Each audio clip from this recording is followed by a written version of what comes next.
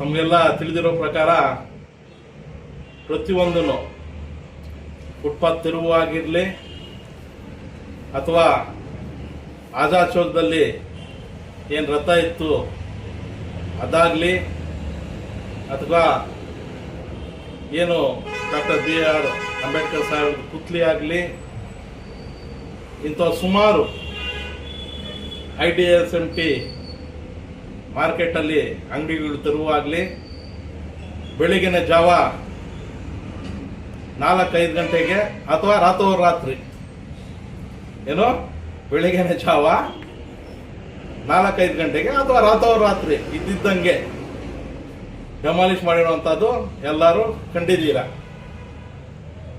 ಅತಿ ಶೀಘ್ರದಲ್ಲೇ ಬೆಳಿಗ್ಗಿನ ಜಾವ ಅಥವಾ ರಾತ್ರಿ MG ರೋಡು ಡೆಮಾಲಿಷ್ ಆಗ್ಬೋದು.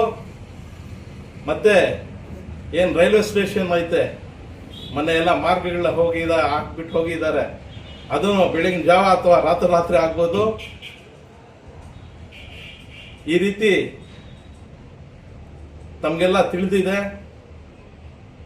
ಮುಜರೆ ಏನು ಆಸ್ತಿಗಳಿದೆ ಕೆಲವು ಇಂಥದ್ದೇ ಅಂತ ನಾನು ಹೇಳಕ್ ಹೋಗೋದಿಲ್ಲ.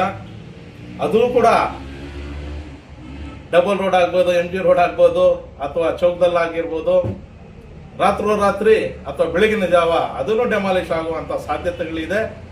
ಅದರಿಂದ ತಾವೆಲ್ಲ ಅಕಸ್ಮಾತ್ ಜಾಸ್ತಿ ಬಂಡವಾಳ ಹಾಕ್ಬಿಟ್ಟು ಅದಕ್ಕೆ ರಿಪೇರಿ ಮಾಡುವಂಥದ್ದಾಗಲಿ ರಿನೋವೇಷನ್ ಮಾಡೋ ವರ್ಕ್ಸ್ ಆಗಲಿ ಏನು ಮಾಡಕ್ಕೆ ಹೋಗ್ಬಿಡ್ರಿ. ಯಾವ ಸಮಯದಲ್ಲಿ ಏನು ಬೇಕಾದರೂ ಚಿಂತಾಮಣೆಯಲ್ಲಿ ಆಗತ್ತೆ ಅಂತ ಹೇಳಕ್ಕೆ ಇಷ್ಟಪಡ್ತೇನೆ. ಜೈ ಹಿಂದ್, ಜೈ ಕರ್ನಾಟಕ.